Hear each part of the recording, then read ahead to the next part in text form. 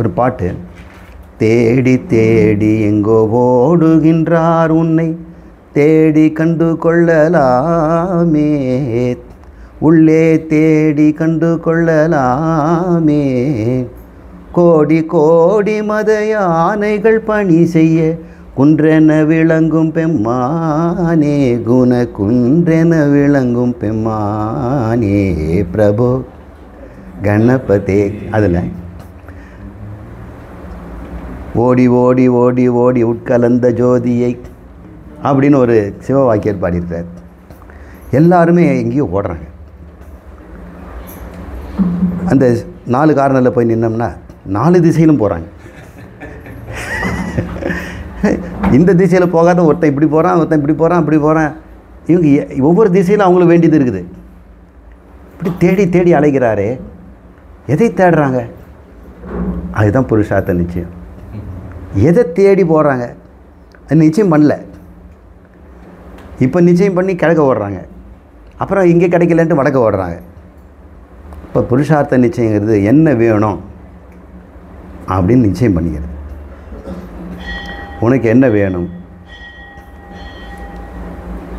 Tea bell. சரி, நம்ம tea சாப்பிட்டுக்கிட்டே பேசுவோம், ஏன்னா அது ஆறி போயிடும் நிற்க. இந்த ஓடி ஓடி ஓடி ஓடி உட்கலந்த ஜோதியை நாடி நாடி நாடி நாடி நாட்களும் கழிந்ததே அப்படின்னு. ஓ, அவராது பரவாயில்ல, உட்கலந்த ஜோதின்னு சொல்லிட்டாரு. அப்போ என்னைக்கா ஒரு நாள் அதை கண்டுபிடிச்சிடலாம். ஆனால் என்ன தேடுறோன்னு தெரியாமலே தேடிட்டு இருந்தா, ஒருத்தன் தேடிகிட்டே இருக்கான் தெரு முழுக்க. என்ன தேடுறீங்க? தெரியலங்கன்றான். அவன் என்னைக்கு தேடலை முடிப்பான்? என்றைக்கு முடியும்? அது மோதிரம் தொலைஞ்சு போச்சுன்னு சொன்னால் யாராவது ஒருத்தர் மோதிரம் எப்படி இருக்குன்னு தெரியும், அதனால் கண்டுபிடிச்சி கொடுத்துருவாங்க, ஏதோ வாஷராவது கிடைக்கும். ஆனால் என்ன தேடுறோன்னு தெரியாமல் தேடிக்கிட்டே இருந்தால் எத்தனை வாழ்க்கையில் நான் முடிஞ்சாலும் அது முடியாது. 1 பிறவி, 2 பிறவி, 3 பிறவி. அது நிச்சயம் பண்ணுறது தான் புருஷார்த்த நிச்சயம். இப்போ பண்ணுவோம். என்ன தான், எதுக்கு நான் மனுஷனாக பிறந்தேன்? என்னத்தை தேடுறேன்? எப்போ இந்த தேடல் நிற்கும்? இது தெரியலன்னு வைங்க, தேடல் நிற்கவே நிற்காது. என்ன தேடுறோன்னு தெரியாமல் வாழ்க்கை முழுக்க தேடுறது நம்ம எல்லா கடத்தெருவிலும் பார்க்குறோம். சில பேர் ஒரு பொருள் பிடிவாதமாக அதான் வாங்கினோன்னா எந்த கடையிலையும் கிடைக்காது, அமேசான்லேயும் கிடைக்காது. அவனுக்காக மேனுஃபேக்சர் தான் பண்ணணும். யாருக்குமே தேடல் தேடி வந்து நிறைவடைவதே கிடையாது. ஒரு தேடல் கிடைச்ச பிறகு இனிமேல் தேடுவதே கிடையாது. ஆனால் மற்ற தேடலெல்லாம் தேடி முடிச்சுட்டா இன்னொன்று தேடணும், ஒன்று தேடி தேடி கொண்டு இன்னொன்று தேடணும். லைப்ரரியில் போய் ஒரு புக்கு படித்து முடிச்சுன்னு இன்னொரு புக்கு தேடுவோம், அதை படித்தோன்னு இன்னொன்று தேடுவோம். எப்போ தான் முடியும்? லைப்ரரியில் புக்கு பஞ்சமாக என்ன? ஹோட்டலில் உணவுக்கு பஞ்சமாக என்ன? துணி கடையில் உடைகளுக்கு பஞ்சமாக என்ன? எவ்வளோ சாய்ஸஸ்! இவ்வளோ சாய்ஸ் கொடுத்தோம்னா நம்மளால் தேடுறது கூட நம்ம முடியறதில்லை. தேடி பிறகு நிறைவு வர்றதில்லை. இன்னும் இவ்வளோ இருக்குதே, இதை விட அது நல்லா இருக்குமே, நம்ம இதை வாங்கிட்டோமே, இப்போ திருப்பி கொடுத்துடலாமா? எத்தனை பேருக்கு வாங்கின பிறகு நிறைவில்லாமல் போகிறாங்க தெரியுங்களா? ஒவ்வொரு கடையிலையும் நான் பார்க்குறேன், நான் கூட்டிகிட்டு போயிருக்கிறேன் நிறைய பேர், குழந்தைகளெல்லாம். அவங்க வாங்கி கொடுத்தோன்னு நிறைவாக வந்ததே கிடையாது. ஆனால் சின்ன குழந்தைங்கிட்ட பார்க்குறேன், பழைய பத்திப்பட்டி, தீக்குச்சி இதை வச்சுக்கிட்டு விளையாடிட்டு இருக்குது, நிறைவாக இருக்குது. எந்த குறையும் சொல்கிறதில்ல. இது சக்கரம் இல்லை, இது கலர் சரியில்லை, இது வந்து இப்படி இருக்குது அப்படி இருக்குது, ஒன்றுமே சொல்கிறதில்ல. நாம் ஒரு பொருளை வாங்கி கொடுத்தா அது வேறு மாதிரி விளையாடிட்டுருக்கு. ஒரு குழந்தைக்கு கரண்டியை கொடுத்துட்டு பாத்திரம் கொடுத்தா அது கரண்டி தண்ணி மொண்டு மணிக்கணக்காக ஊற்றிட்டு இருக்குது. இப்போ இதில் அதில் ஊற்றிட்டு இருக்குது. இது எதுக்கு நம்ம விலை உயர்ந்த ஆட்டோமேட்டிக் காரு இதெல்லாம் வாங்கி கொடுக்கணும்? என்ன தேடுறோன்னு நமக்கு தெரியல, என்ன தேடி நிறைவு அடைவோன்னு நமக்கு தெரியல. இப்போ நம்ம இந்த தேடல் எங்கேருந்து ஆரம்பிக்குதுன்னு பார்ப்போம். மிருகங்கள் எல்லாமே போக்தா அப்படின்னு சொல்கிறாங்க, கர்த்தா கிடையாது. தேவர்கள் எல்லாருமே போக்தா. போக்தான்னா அனுபவிப்பவர்கள். ஏதோ எக்ஸ்பீரியன்ஸ் பண்ணுறதுக்காக அந்த உடம்பு எடுத்துருக்குறாங்க. டூயிங் அப்படின்னு சொல்லக்கூடிய செயலுக்கு உடம்பு மனித உடம்பு தான். மிருகத்துக்கு டூயிங்னு ஒன்றும் கிடையாது. அது ஓடுதே நடக்குதே அதெல்லாம் டூயிங் தானே சார் அப்படின்னா, அது போகத்துக்காக அந்த போகத்தினுடைய பகுதியாக அதை வச்சுக்கலாம். எப்போ அந்த டூயிங்னு சொல்லக்கூடிய கர்த்தா உண்டாகிறான்னா சாய்ஸ் இருந்தால் தான் கர்த்தா. கர்த்தானா செய்பவன். இப்போது நான் ஒரு கர்த்தா, என் முன்னாடி 5 வேலை ரெடியாக இருக்குது. துணி துவைக்கணும், பாத்திரம் கழுவணும், வீடு துடைக்கணும், பூஜை பண்ணணும், ட்ரெஸ் அயர்ன் பண்ணணும், அப்புறம் புத்தகத்தை அட்டை போடணும், இதெல்லாம் இருக்குது. சம நேரத்தில் என்னை வந்து அது வந்து செய்யின்னு சொல்லுது. நான் என்ன பண்ணுறேன், அதில் என் தேர்வை செலுத்துறேன்ல, நான் இதை செய்வேன், இப்போது இது எப்படி செய்வேன், இது நாளை செய்துவேன். இந்த அயர்ன் பண்ணுறதை மட்டும் கடையில் கொடுத்து பண்ணிக்கலாம், இன்றைக்கி சமையல் பண்ண முடியாது, ஸ்விக்கியில் ஆர்டர் பண்ணிக்கலாம். இதெல்லாம் என்னுடைய செயலில் இருக்கக்கூடிய வாய்ப்புகள். செயல்களும் அநேகம். செயல்களை தேர்வுலேயும் எனக்கு வந்து வாய்ப்பு இருக்குது. அப்போ தான் நான் கர்த்தா. நான் ஒரு மிருகமாக இருந்து வச்சுங்க, அல்லது வாஷிங் மிஷினாக இருந்து வச்சுங்க, நானும் கர்த்தா தான் செய்கிறேன். ஆனால் எனக்கு சாய்ஸ் இருக்குதா? இத்தனை சைக்கிள்னால் இத்தனை சைக்கிள் தான் சுற்றணும், இவ்வளோ லிட்டர் தண்ணினா இவ்வளோ தான் குடிக்க முடியாது, மாவு அரைச்சி கொடுக்குமானா முடியாது, துணி வேணால் துவைச்சி கொடுக்கும். அப்போ அது என்ன கர்த்தா? அது சாய்ஸே இல்லாத ஒரு கர்த்தாவை கர்த்தானே சொல்ல முடியாது, அது மெஷின். அது இப்போ மிருகங்களோ காகங்களோ எறும்புகளோ இதுக்கு என்ன சாய்ஸ் இருக்குது? உணவில் வைக்கப்பல்ல போட்டு பசு கொடுக்குறோம், என்றைக்காவது அது கொஞ்சம் உப்பு போடுங்க, வேக வச்சு கொடுங்க, நல்ல தட்டில் போட்டு கொடுங்கன்னு கேட்குதா? No choice. அதனால் அவங்க கர்த்தா கிடையாது. அப்போ கர்த்தாங்கிறவன் யாருன்னா who has got a choice in his duty. அவனுடைய செயலில் அவனுக்கு உரிமை இருக்கணும். ஏன் உரிமை கொடுக்கணுங்கிறான்? அப்போ தான் தப்பு செய்வான், அப்போ தான் தண்டிக்க முடியும் இல்லையா? என்ஜின் யாரை தண்டிக்க முடியுமா? நான் யாரை தண்டிக்கிறாங்களா? இது எந்நேரம் குலைக்குது, 4 பேர் கடிச்சிருக்குது, யாரும் தண்டிக்க முடியாது. தண்டனை நம்ம சட்டம் அதுக்கு இடம் இல்லை, நாம் வேணால் அடித்து இதை பண்ணலாம். எப்போ கர்த்தா வரானோ அவனுக்கு செயல் சுதந்திரம் இருக்குது. அந்த செயலை தேர்ந்தெடுக்கிற சுதந்திரம் அவனுக்கு கொடுத்துருக்குறாங்க. அந்த சுதந்திரத்தை வச்சு என்ன பண்ணுறான்? 2 விதமான செயலை அவன் செய்யலாம். ஒன்று தர்மம், இன்னொன்று அதர்மம்.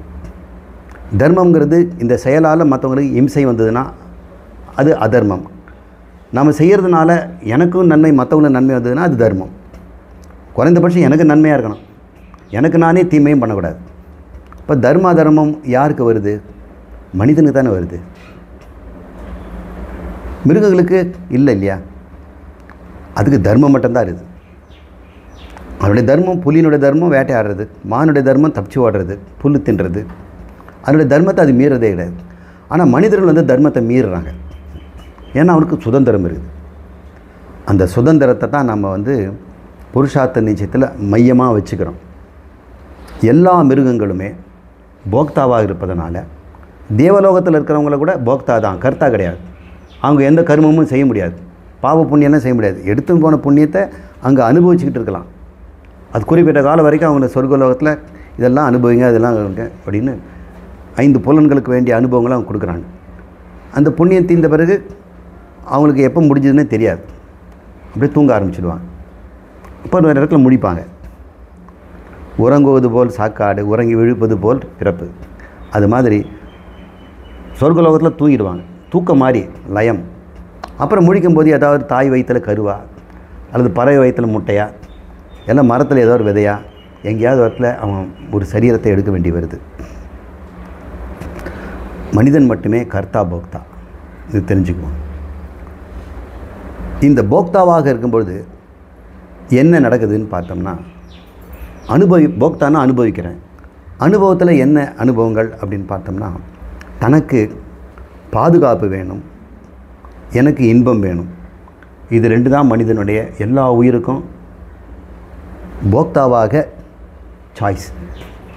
எல்லா மிருகங்களும் நீடித்து வாழணும், பாதுகாப்பாக வாழணும். பாதுகாப்புன்னா நீடிப்பு தானே. அப்போ உடம்பை பாதுகாக்கணும், என்னை பாதுகாத்து கொள்ள வேண்டும், நீண்ட நாள் வாழணும். அப்போ நீண்ட நாள் திருமூலர் மாதிரி 3000 வாழ்ந்த போதுமான நோ, இன்பமாக வாழணும்.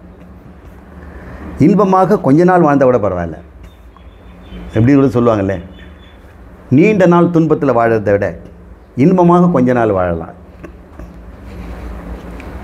இங்கே முன்னாடி வாங்க.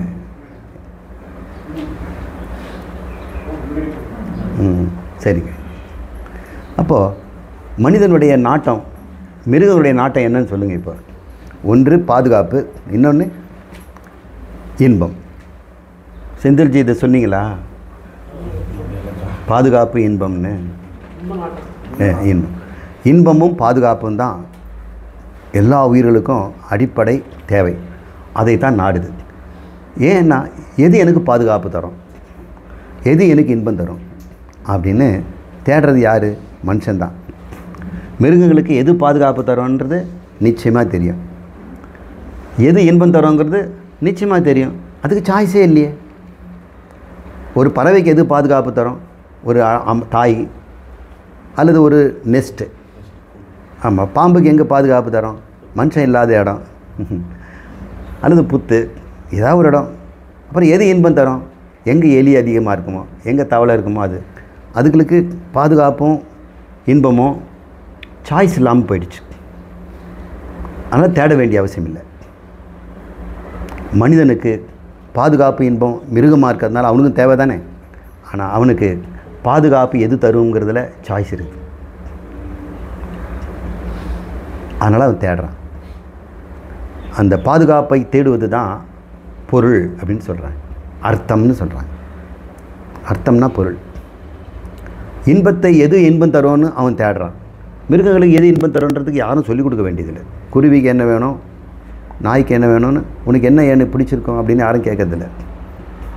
ஆனால் மனுஷனு கேட்குறாங்க. மெனு கார்டை கொடுக்குறாங்க ஹாஸ்டலில்.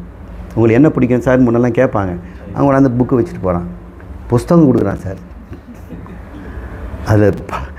அதில் குடிக்கிற பானங்கள் ஒரு 50 இருக்குது. டிஃபனுக்கு எது இருக்குது, மத்தியான உணவுக்கு இருக்குது, அப்புறம் ஸ்டார்டர்னு ஒன்று இருக்குது, அப்புறம் South Indian, North Indian, Bengali, Korean, international cuisine, எல்லா சாய்ஸும் இருக்குது இல்லையா. அப்போ இன்ப நாட்டம் தேடல் எவ்வளோ இருக்குது பார்த்தீங்களா. அந்த தேடலை தான் நம்ம நிச்சயம் பண்ணணுங்கிறோம். அந்த தேடல் தான் புருஷார்த்தம்ங்கிறோம். புருஷன் எதை தேடுகிறான் என்று தான் புருஷார்த்தம். புருஷனுக்கு பொருள்படுவது எது அப்படின்னு தான் புருஷார்த்தம். எல்லாருமே இன்ப நாட்டமும் பாதுகாப்பு நாட்டமும். சொல்லுங்கள், பாதுகாப்பு எது தரும்? வீடு தரும், துப்பாக்கி தரும், கவசம் தரும். இந்த உடம்புக்கு அதெல்லாம் தருமானா? நல்ல உணவு தரும், ஆரோக்கியம் தரும். பாதுகாப்பு நமக்கு எல்லா இடத்துலேருந்து பலவிதமாக நம்ம தேடிகிட்டே இருக்கிறதுனால எல்லாத்தையும் வாங்கி கொடுக்கறது பணம் மட்டும்தான். இப்போ பாதுகாப்புனாலே எல்லாம் பணம் தான். பொண்ணு கொடுக்கணுன்னா பாதுகாப்பான இடத்துல கொடுத்துருக்கீங்கன்னா எவ்வளோ சம்பளம் தான் கேட்குறாங்க. அவர் அக்ரிகல்ச்சர் பண்ணுறாருன்னா கொடுக்க மாட்டேங்கிறாங்க. அக்ரிகல்ச்சர் மாப்பிள்ளைங்க 30-40 வயசானாலும் கல்யாணமே ஆக மாட்டேங்குது. அப்படி பார்த்தோம்னா ஐடி பையனுக்காக கிடைக்குதுன்னா அவனுக்கு கிடைக்க மாட்டாங்க. ஆனால் அவங்களுக்கு கொடுக்கறது பயப்படுறாங்க. இந்த பணக்கார பசங்களுக்கு கொடுத்தா ஒரு நாளைக்கு ஒரு உருப்படியாக இருக்க மாட்டான். என்ன விதமான அர்த்தம் அப்படிங்கிறது மனுஷ நாட்டம். இன்பங்கிறது காம நாட்டம். இது எல்லாருக்குமே சொல்லிக் கொடுக்காமல் வருது, மிருகங்களுக்கெல்லாம் வருது. ஆனால் மனிதனுக்கு தர்மம்னு ஒன்று இருக்குது. ஏன்னா மீதி எதுக்குமே அர்த்தத்துக்கும் காமத்துக்கும் வாய்ப்பு இல்லை, சாய்ஸஸ் இல்லை, ஆல்டர்னேட்ஸ் இல்லை. ஆனால் மனிதனுக்கு பாதுகாப்புக்கு நிறைய ஆல்டர்னேட்ஸ் இருக்குது. ஒரு பெண்ணுக்கு பாதுகாப்பு தாய் தந்தை, அப்புறம் கணவன் அப்படின்னு நம்ம நிச்சயம் பண்ணியிருக்கிறோம். ஆனால் அந்த பொண்ணு வேறு மாதிரி நிச்சயம் பண்ணுது. எங்கே நீங்கள் சம்பளம் இருக்குதா இல்லை, அதுவே பாதுகாப்பு. நான் வேலைக்கு போயிட்டுருக்கிறேன், எனக்கு யாரும் தொந்தரவு இருக்க வேண்டியதில்லை அப்படின்னு சுதந்திரம் கேட்குறாங்க. இந்த மாதிரி இருக்கிறதுனால மனிதனுக்கு அர்த்த காமம் ரெண்டுத்துலேயுமே வாய்ப்புகள் நிறைய இருக்கிறதுனால அவன் செலக்ட் பண்ணும் பொழுது தர்மமாகவும் அதர்மமாகவும் செலக்ட் பண்ணுறது வாய்ப்புகள் இருக்குதா இல்லையா. அதனால் தர்மம்னு ஒன்று இருக்குது. அப்போ புருஷார்த்தத்தில் தர்மம் எங்கேருந்து வருதுன்னா உனக்கு மனிதனுக்கு மட்டும்தான் இது உண்டு. ஏனென்றால் அவனுக்கு அர்த்த காமம் ரெண்டுத்துலையுமே அநேக வாய்ப்புகள் இருக்குது. நாளுக்கு நாள் இந்த வாய்ப்புகள் அதிகமாகிட்டே இருக்குது. பாதுகாப்புக்குன்ற அர்த்தங்களெல்லாம் விதவிதமாக இருக்குது. செல்ஃபோன் தான் இன்றைக்கி பெரிய பாதுகாப்பாக இருக்குது, பெரிய ஆபத்தாக வருது. இன்ப நாட்டத்துக்கு போனால் செல்ஃபோன் தான் இன்பமாக இருக்குது. இப்போ ஒரு பொருள் எல்லாத்துமே கொடுக்குதுன்னா அதுக்கு எப்படிப்பட்டதாக இருக்கும்? அங்கே அதர்ம தர்மம் வருதா இல்லையா? இப்போ செல்ஃபோன்ற ஒரு பயன்பாட்டில் பிடிங்கி வைக்கிறாங்கல்ல பசங்கிட்டேருந்து, அப்போ அங்கே அதர்மம் போகிறது வாய்ப்பு இருக்குதுன்னு தெரியுதில்ல. அதனால் தர்ம அர்த்த காமம் மூன்றுமே மனிதன் நாடுவது தேடுவது அப்படின்னு தெரிஞ்சுக்கிட்டோம். இது சொல்லித்தராமலே எல்லாம் செய்கிறது தான். ஆனால் வீடு பேருங்கிறது அவன் தேடுறதே கிடையாது. ஆனால் உண்மையிலே அவன் பொருளாலும் இன்பத்தாலும் தர்மத்தாலும் தேடுவது எதுன்னா வீடு தான். அதை தான் நம்ம புருஷார்த்த நிச்சயங்கிறோம். அவன் வந்து தெரிஞ்சிக்காததுனால வீடு பேரை தான் நம்ம பணத்தில் சம்பாதிக்கிறோம், வீடு பேரை தான் நான் இன்பத்தில் அடைகிறேன், வீடு பேரை தான் நான் தர்மத்தில் அடைகிறேன் அப்படின்னு நினச்சிக்கிறான். நான் வீடு பேருங்கிறது அவனுடைய சுய அடையாளம், அவனுடைய தன்மையே வீடு பேர் தான். ஹி இஸ் ஆல்ரெடி லிபரேட்டட், எப்போவுமே மோட்சத்தில் தான் இருக்கிறான். இந்த மோட்சத்தை அறியாததுனால, நான் பந்தப்பட்டேன்னு நினச்சிக்கிறதுனால, அதில் துக்கங்கள் ஏற்படுவதனால, துக்கங்களும் இன்பத்துக்கும் பாதுகாப்புக்கும் ஏற்படுவதனால அவன் இந்த நாட்டத்தை அறம் இன்பம் பொருளில் அவன் செலுத்திடுறான். உண்மையிலேயே இந்த தேடல் எப்போ ஓயும்னார், வீடு பேருங்கிற ஒரு உண்மையை தெரிஞ்சுக்கிட்டான்னா மீதி எல்லா 3 தேடலுமே முடிவடைந்து விடும். அப்புறம் வீடு பேரை தேடுவானான்னா அது தேடுற இடம் இல்லை, நீயே உன் சொந்த இடம். அதுக்கு தேடலே கிடையாது. அதுக்கு மட்டும் குருவும் சாஸ்திரமும் கொஞ்சம் தேடி பிடிச்சோம்னா கிடைக்கும். அதுக்கப்புறம் எல்லா தேடலும் ஓய்ந்து விடும். எப்பொழுது எல்லா தேடலும் ஓய்கிறதோ அதுதான் நிச்சயமான புருஷார்த்தம். மற்ற தேடலெல்லாம் ஓயாமல் இருக்குதே. தர்மம் செய்தோம்னா புண்ணியம் செய்து நம்ம வானுலகம் வாழலாம், மறுபடியும் பூமியில் பிறக்கணுமே. அதர்மம் செய்தோன்னா மிருகமாக இருக்க வேண்டியிருக்கும், அதுலேருந்து தப்பிக்கணும். அப்போ நீங்கள் அர்த்த காமத்தை நீங்கள் தர்ம அதர்மம் தான் செய்ய முடியும். ஒன்று தர்மமாக செய்தால் வானுலகம், அதர்மமாக செய்தோன்னா மிருகம். நீங்கள் எப்போவுமே தப்பிக்கிறது வழியே இல்லையே, மறுபடியும் மனிதனாக வரணும். இப்போ இந்த தேடல் ஓய போகிறதே இல்லை. அப்போ தேடலை நிறுத்துவது தான் புருஷார்த்த நிச்சயம். நான் இதைத்தான் தேடிட்டுருக்கிறேன் அப்படின்னு ஒருத்தன் கண்டுபிடிக்கணும்.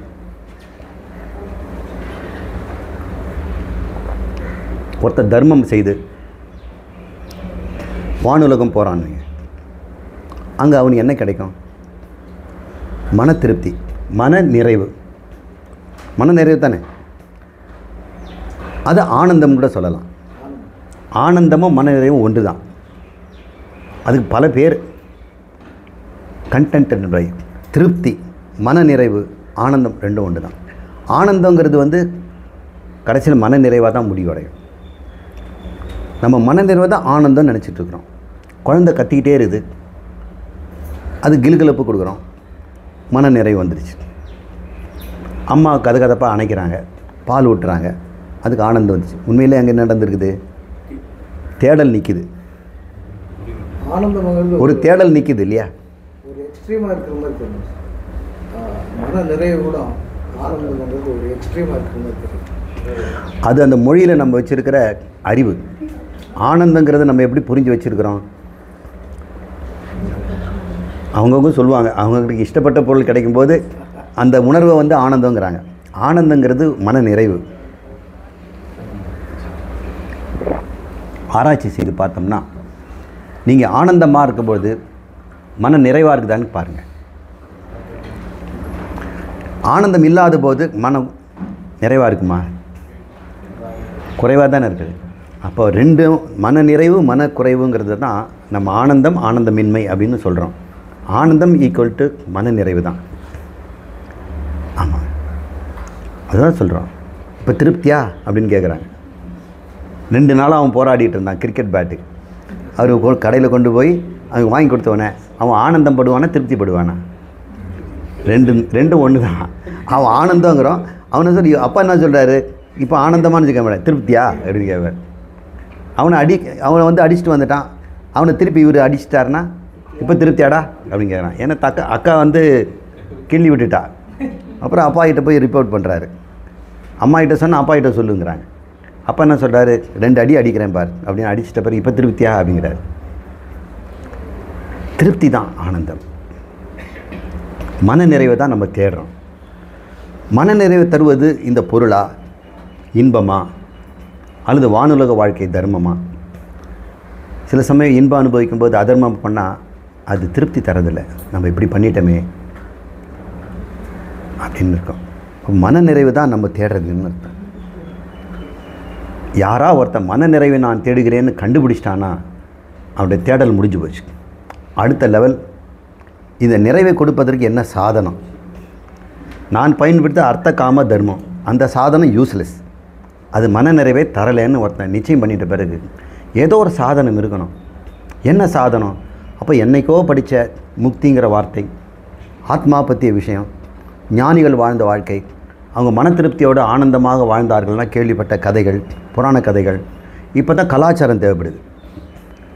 நம்ம தேடலில் வந்து முடிக்கும் பொழுது எதை தேடணும் சாதனம் கண்டுபிடிப்போம் இல்லையா? அப்போ நமக்கு கலாச்சாரம் உதவுது. பாரத பண்பாட்டில் வாழ்ந்தவனுக்கு டக்குன்னு கண்டுபிடிச்சிடறான் நம்ம வந்து எப்படி இருந்தாலும் ஸ்பிரிச்சுவல் குரூப்பை நாடணும்னு.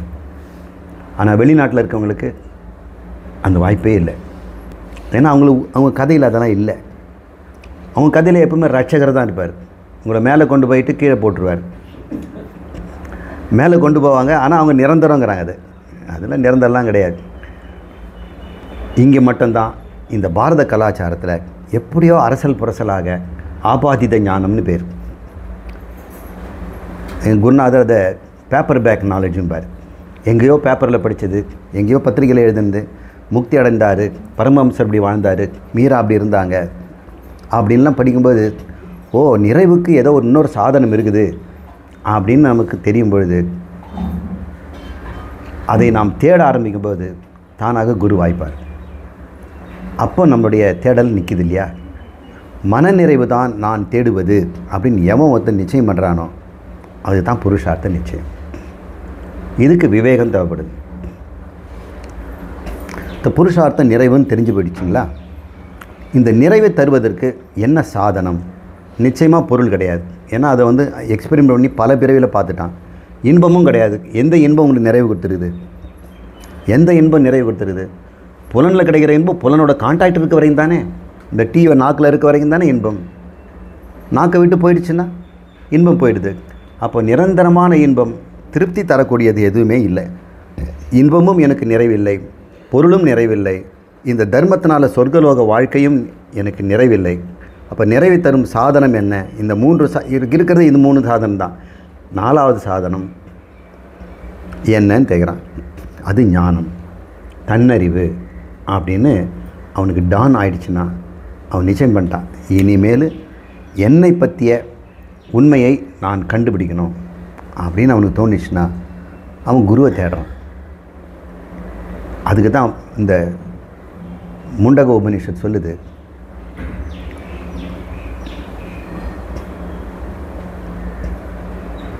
பரீட்சியான் லோகான் கர்மச்சிதான் அக்ருத கிருதேன நிர்வேதம் ஆயாத். பரீட்சியான் லோகான், இந்த லோகம்னு சொல்லுற அனுபவங்களை அவன் பரீட்சை பண்ணுறான். அனுபவங்களை பரீட்சை பண்ணுறான். இன்ப அனுபவத்தில் நிறைய வந்ததா? இல்லை. பொருள் தேற்ற அனுபவத்தில் நிறைய வந்ததா? இல்லை. இந்த சொர்க்கலோகம் போயிட்டு வராங்களே அதெல்லாம் நிறைய வருதா? அங்கே போனாலும் இந்த அழுமூஞ்சி அங்கே சொர்க்கத்துலேயும் அழுதுட்டு தான் இருப்பான். கஞ்சன் சொர்க்கத்துலேயும் கஞ்சனாக தான் இருப்பான். அங்கெல்லாம் தாராளமாக ஆக மாட்டான். நம்ம எங்கே போனாலும் நான் இப்படி தான் இருக்க போகிறோம். அது சொர்க்கத்தில் கொடுத்தாலும் எங்கே இருந்தாலும் நாம் இப்படி தான் இருக்க போகிறோம். ஆனால் எப்படி ஒருத்தன் இந்த அனுபவங்களை ஆராய்ச்சி பண்ணுறது? பரீட்சியான் லோகான் கர்மச்சிதான், கர்மத்தினால் செய்து பெற்ற அனுபவங்களை எல்லாம் அவன் யோசனை பண்ணி பார்க்குறான். கர்மச்சித்தான செய்து பெற்ற அனுபவங்களை திரும்ப திரும்ப யோசனை பண்ணி அதை செய்து பார்த்தோம், இதை செய்து பார்த்தோம், அது செய்து பார்த்தோம், மன நிறைவே இல்லையே. சரி, அவங்கெல்லாம் செய்து பார்த்தாங்களே, அவங்களாம் நிறைவு வந்துருக்குதா அப்படின்னு பக்கத்து வீட்டுக்காரெலாம் கேட்குறான். நீங்கள் அதே செய்திங்களே அதை நிறைவு வந்துதான்னு. இப்படி யாரும் கேட்குறதில்லை. ஒருவேளை அவன் அந்த புத்திசாலி கேட்டிருக்கிறான். அவன் கேட்கும்பொழுது எதுவுமே நிறைவு தரல சார்னு சொல்கிறான். அப்புறம் அதுதான் நிர்வேதம் ஆயாது. இனிமேல் இந்த செய்து கர்மத்தினால் எதுவும் ஆகாதுன்னு அவன் தெரிஞ்சுக்கிறான். ஏன்னா அக்ருத கிருதேன, செய்யப்படாததை செய்து பெற முடியாதுன்னு கண்டுபிடிக்கிறான். நிறைவை செய்ய முடியாதான். ஒரு பொருளை நிறைச்சிடலாம், செய்து ஒரு மூட்டையை நிறைச்சிடலாம், பாத்திரம் நினைக்கலாம். அந்த மனசை எதை செய்தும் நிறைக்க முடியலைல்ல. இது அக்கிருதம். என்னுடைய மன நிறைவு என்பது செய்யப்படாதது போல் இருக்குதே. அதை நான் செய்து முயற்சி பண்ணி தோத்துட்டேனே. செய்ய முடியாதது ஒன்று இருக்குதுல்ல. அப்போது இந்த பேரானந்தமோ என்னுடைய மன நிறைவோ நித்திய ஆனந்தமோ சதானந்தமோ நிஜானந்தமோ இன்பம் இடையறாது ஈண்டும் என்றார் வள்ளுவர்.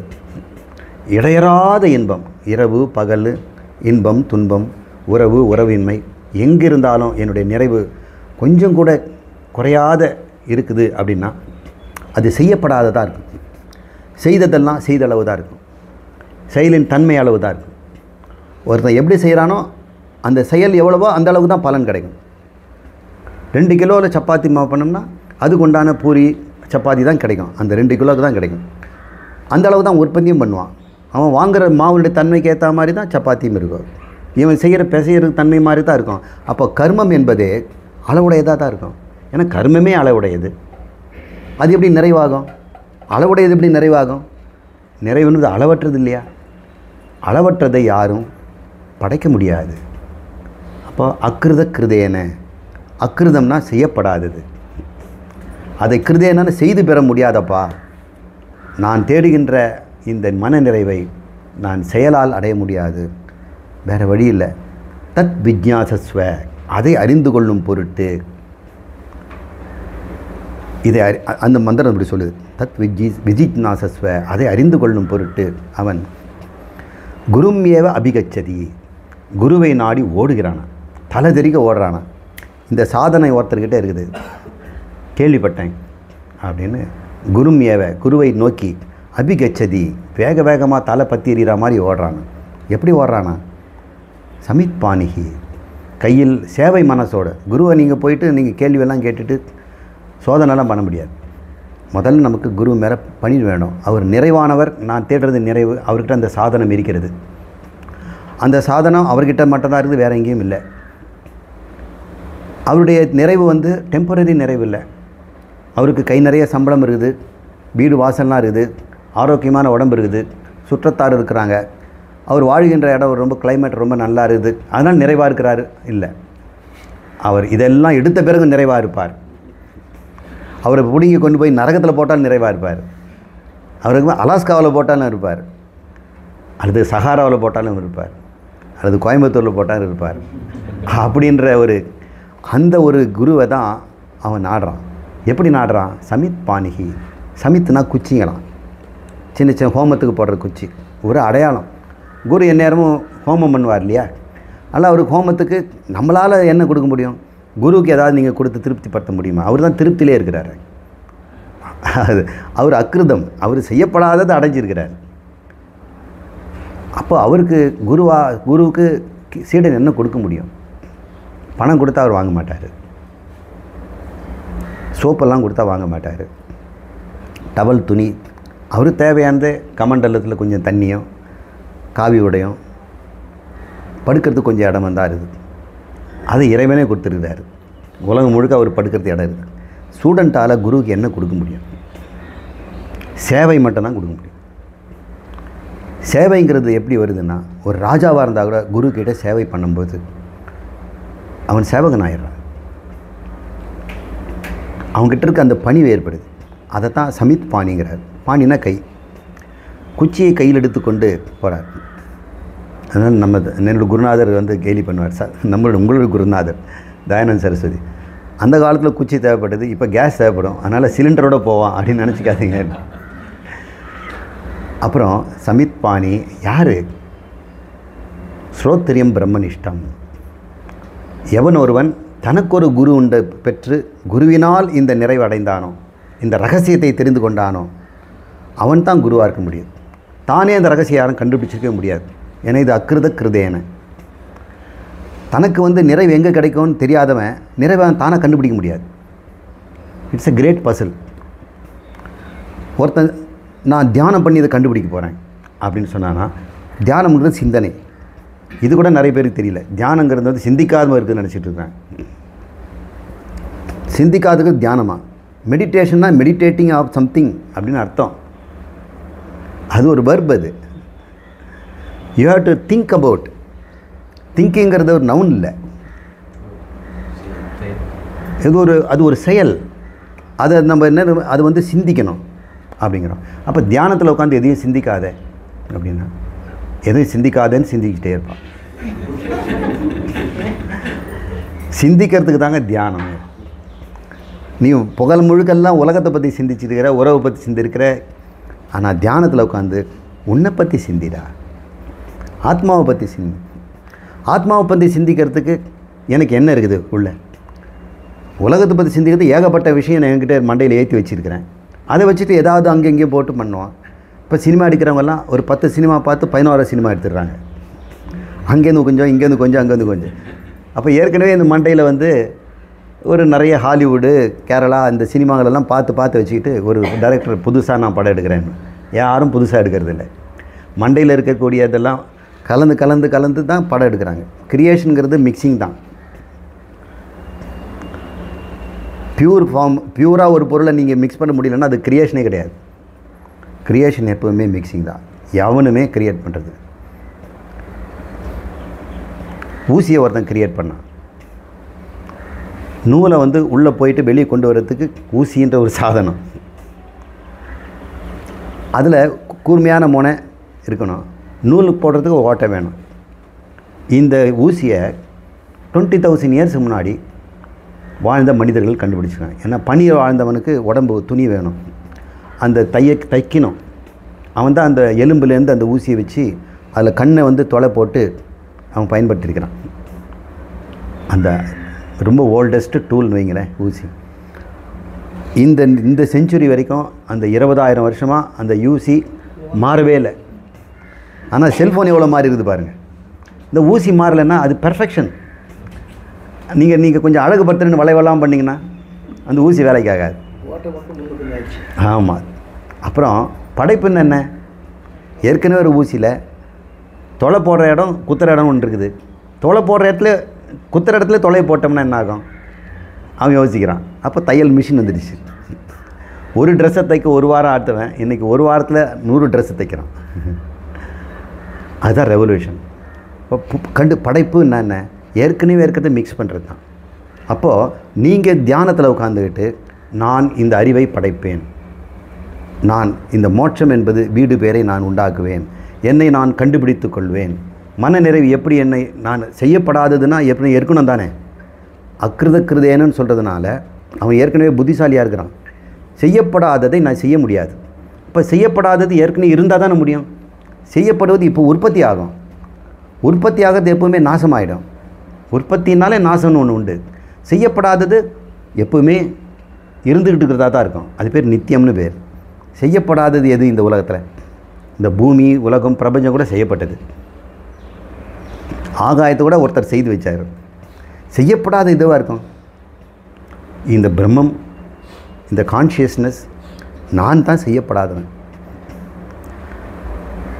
அந்த செய்யப்படாதது அளவற்றதாக தானே இருக்கும்.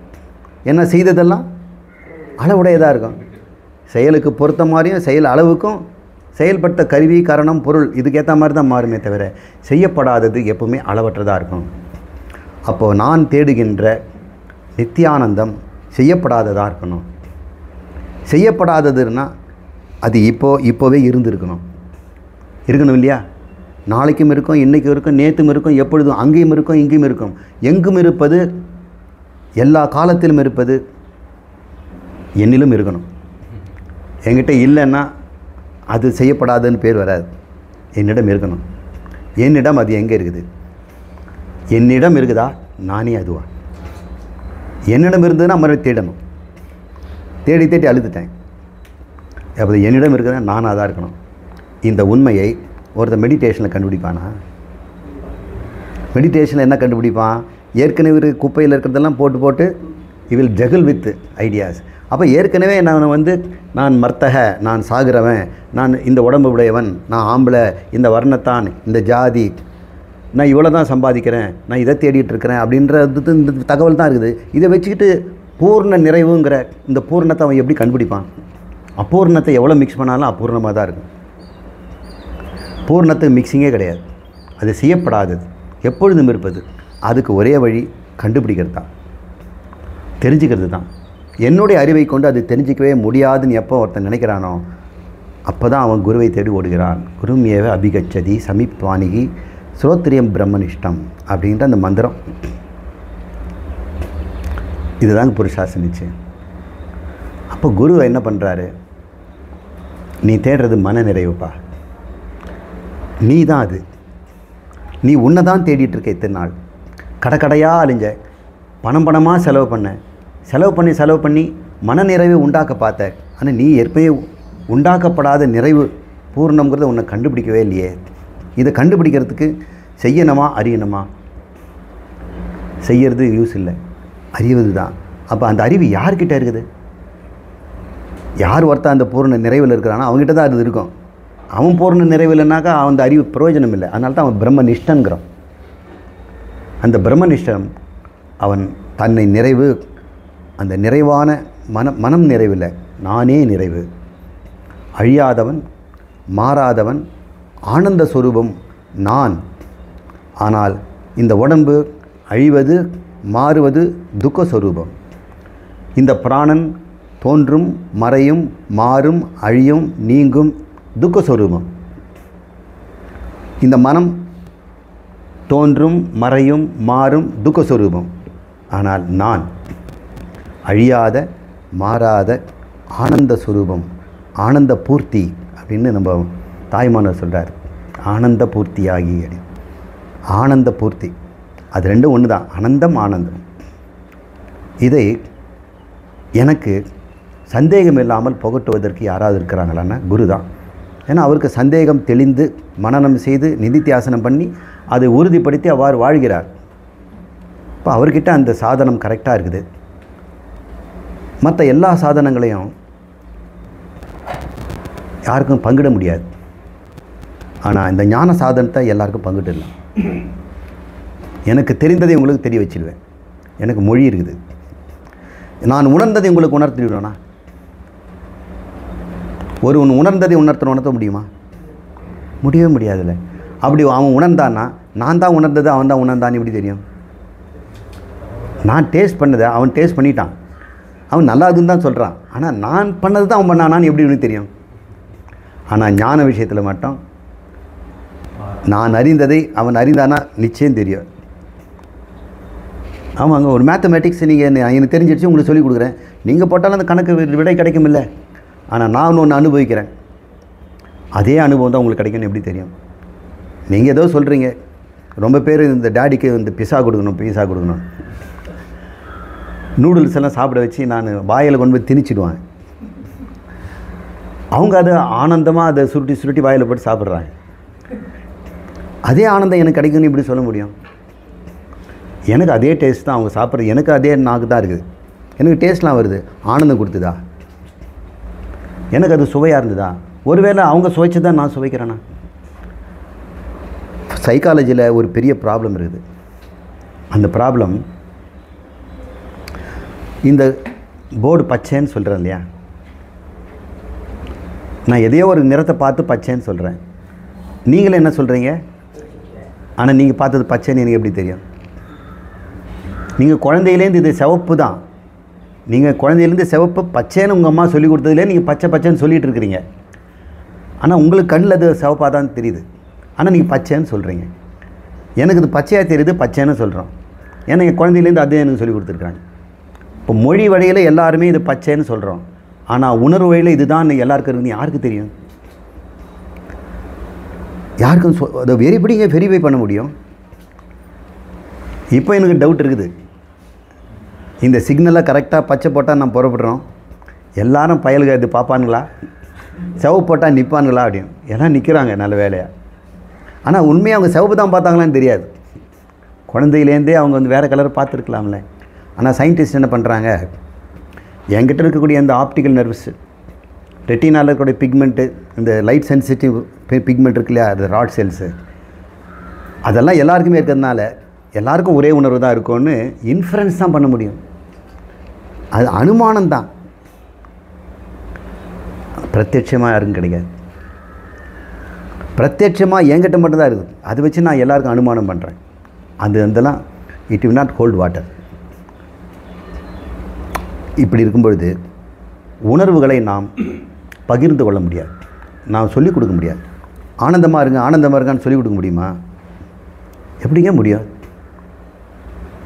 அவர் சொல்கிறார், துன்பம் வரும் வேளையிலே சிரிங்க அப்படின்னு சொல்கிறார். சொல்லு விட்டான் வள்ளுவர். தேள் வந்து கொட்டும் பொழுது பாவி ஒன்று துடைக்கும்போது யார் முகத்தில் சிரிப்பு வரும் அப்படின்னு கேட்குறார். ஒரு உணர்வை இன்னொருத்தருக்கு சொல்லி கொடுத்தெல்லாம் உண்டாக்க முடியாதுங்க. ஆனால் ஞானத்தை சொல்லி கொடுத்து உண்டாக்கலாம். அதனால் இந்த ஞானத்துக்கிட்ட மட்டும் குருக்கிட்ட தான் போய் ஆகும். அனுபவத்தை வந்து நம்ம யாரும் ஷேர் பண்ண முடியாது. உங்கள் குருநாதர் கடும் தவம் பண்ணி ஒரு ஆனந்தத்தில் இருக்கிறார் அப்படின்னு அவர் சொல்கிறார். இது எப்படிப்பட்ட ஆனந்தம்னு உங்களுக்கு எப்படி தெரியும்? அதான் உணர்வை பங்கிட முடியாது. அவர் உணர்வு உள்ளே தானே இருக்குது. ஆனால் அறிவு வெளியே வந்துடுச்சே, சப்தம் மூலமாக மொழி மூலமாக வெளியே வந்துடுச்சு. நீங்கள் வெரிஃபை பண்ணலாம். நீங்கள் பாருங்கள், இந்த பக்கத்தில் 7 கிலோமீட்டர் போனீங்கன்னா அந்த ஊர் இருக்குதுன்னா நீங்கள் போய் பார்த்துடலாம். ஆனால் இந்த அளவுக்கு நீங்கள் இதை செய்யுங்க, இது மாதிரி ஒரு டேஸ்ட் வரும்னு சொன்னால் யாருக்கும் வராது. ஒருத்தருடைய உணர்வு அதே உணர்வு எல்லாருக்கும் வரும்னு சொல்ல முடியாது. இப்போ எங்கள் குருநாதர் 15 வருஷமாக கடும் தவம் செய்து ஒரு உணர்வில் இருக்கிறார். அந்த உணர்வை எங்களுக்கெல்லாம் சொல்லிக் கொடுக்குறாருன்னா உங்களெல்லாம் செய்ய சொல்கிறார். அதே மாதிரி நீங்களும் அவர்கிட்ட 20 வருஷமாக இருக்கிறீங்க. ஆனால் அந்த அவர்கிட்ட உணர்வு உங்களுக்கு வந்துதா? ஆனால் ஞானம் அப்படி இல்லை. நான் 2 நாள் கிளாஸ் எடுத்தேன்னா என்கிட்ட இருக்க அத்தனை ஞானமும் உங்கள்கிட்ட வந்துருக்கும். இருக்குமா இல்லையா? ஆனால் நீங்கள் தயாராக இருக்கணும். இப்போ நான் அந்த மந்திரம் சொன்னேன்ல, உங்களுக்கு அதெல்லாம் புரிஞ்சிருச்சு இல்லை? எவ்வளோ நேரம் ஆச்சு உங்களுக்கு? இதுக்காக என்ன உழைச்சிங்க? இதில் கூட குறைச்சல் இருக்குதா நாலெட்ஜில்? Exactly same. அப்போ ஒரு ஆனந்தம் அடைந்த மோட்சம் அடைந்தவர் இன்னொருத்தர் மோட்சம் அடைகிறதுக்கு அவர் இப்படிலாம் பண்ணுங்க, இந்த மாதிரி தவம் பண்ணுங்க, இதெல்லாம் சொல்கிறதே இல்லை. அதனால தான் இந்த கிளாஸில் யாருக்குமே எந்த எக்ஸசைஸும் கிடையாது. உட்காரது கூட இஷ்டம் போல் உட்காந்துக்கலாம், படுத்துக்கலாம், உட்காரலாம், போகலாம். எனக்கு காது மட்டும்தான் வேணும். மற்ற இடத்துல போனால் எப்படி உட்காரணுங்கிறது, எந்த ட்ரெஸ் கோடு எப்படி இருக்கணும், இதெல்லாம் இருக்குது. ஞானம் மட்டுமே எல்லாராலும் பங்கிட முடியும். உணர்வை எல்லாரும் பங்கிட முடியாது. அது லாக்டு இன்டு தி பாடி. அவங்க மனசுக்குள்ளேயே அது போயிடும். இதை முன்னும் புரிஞ்சுக்கிட்டோம்னா புருஷார்த்த நிச்சயம் என்னன்னு தெரியும். நீங்கள் எல்லார்கிட்ட குருக்கிட்ட போங்க, நான் வேண்டான்னு சொல்லலை. புருஷார்த்த நிச்சயம் பண்ணிட்டிங்கன்னா ஸ்ரோத்ரியம் பிரம்மனிஷ்டம் தான் இருக்குது. நீங்கள் மற்ற குருநாதர்கிட்ட போகிறீங்கன்னா அவர் ஸ்ரோத்ரியம் பிரம்மனிஷ்டமான்னு பாருங்கள். இருந்தார்னா தாராளமாக அவருடைய சத்குரு. அவர் தான் சத்குரு. சத்குருங்கிற பேர் ஸ்ரோத்ரிய பிரம்மனிஷ்டனுக்கு தான். ஸ்ரோத்ரியம்னா இந்த ஞானத்தை கேட்டு பெற்றவன். ஸ்ரோத்ரியம்னா கேட்டு பெற்றவன், அதன்படி வாழ்பவன். அவன் பிரம்மனிஷ்டன்.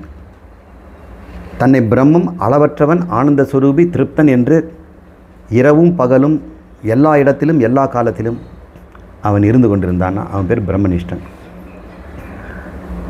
எல்லாம் இருக்கும்போது ஆனந்தமாக இருக்க மாதிரி காட்டிட்டு நீங்கள் போன பிறகு வேதனையில் துடிக்கிறவன் கிடையாது. அப்படி செய்வாங்கல்ல. ஒரு கதையில் ஒருத்தன் பச்சை மிளகாய் சாப்பிட சொல்லி கொடுத்துருவாங்க. அவங்க ஆனந்தமாக எடுத்து சாப்பிட்றான். அப்புறம் பாத்ரூமில் போயிட்டு எல்லாம் கத்துறான். அந்த மாதிரி குருநாதர் இல்லை. மாணவர்கள் பக்கத்தில் வந்து ஆனந்தமாக காட்டிட்டு எல்லாம் போன பிறகு மூஞ்ச துங்க போட்டுக்கிறவரோ, கஷ்டப்படுறவரோ, கையேந்தி நிற்கிறவரோ, புகழுக்கு ஆசைப்படுறவரோ, பெருமை தேடுறவரோ, பாரபட்சம் பார்க்குறவரோ, பணக்காருக்கு ஒரு மாதிரி டீச்சிங், ஏழைக்கு ஒரு மாதிரி டீச்சிங், அப்படி இருந்தார்னா அவர் குரு கிடையாது. 10,000 கொடுத்தா முன்னாடி உட்காரலாம்.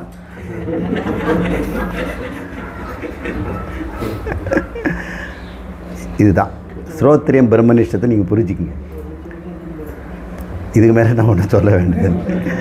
புருஷார்த்த நிச்சயம் இதுக்கு தான் நான் சொல்ல வந்தேன். புருஷார்த்த நிச்சயம் சொல்யூஷன் எங்கே இருக்குது? சாதனத்தை கண்டுபிடிக்கணும். நிச்சயம் பண்ணுறது என்னுடைய மன நிறைவுன்னு கண்டுபிடிக்கிறது புருஷார்த்த நிச்சயம். அதுக்கப்புறம் சாதனமும் அந்த சாத்தியமும் ரொம்ப சுலபம். நிறைவு செய்துக்கலாமா? ஓம் பூர்ணமத பூர்ணமிதம் பூர்ணாத் பூர்ணமுதச்யதே பூர்ணஸ்ய पूर्णमादाय पूर्णमेवावशिष्यते। ओम शांति शांति शांति। हरि ओम। श्री गुरुभ्यो नमः। हरि ओम।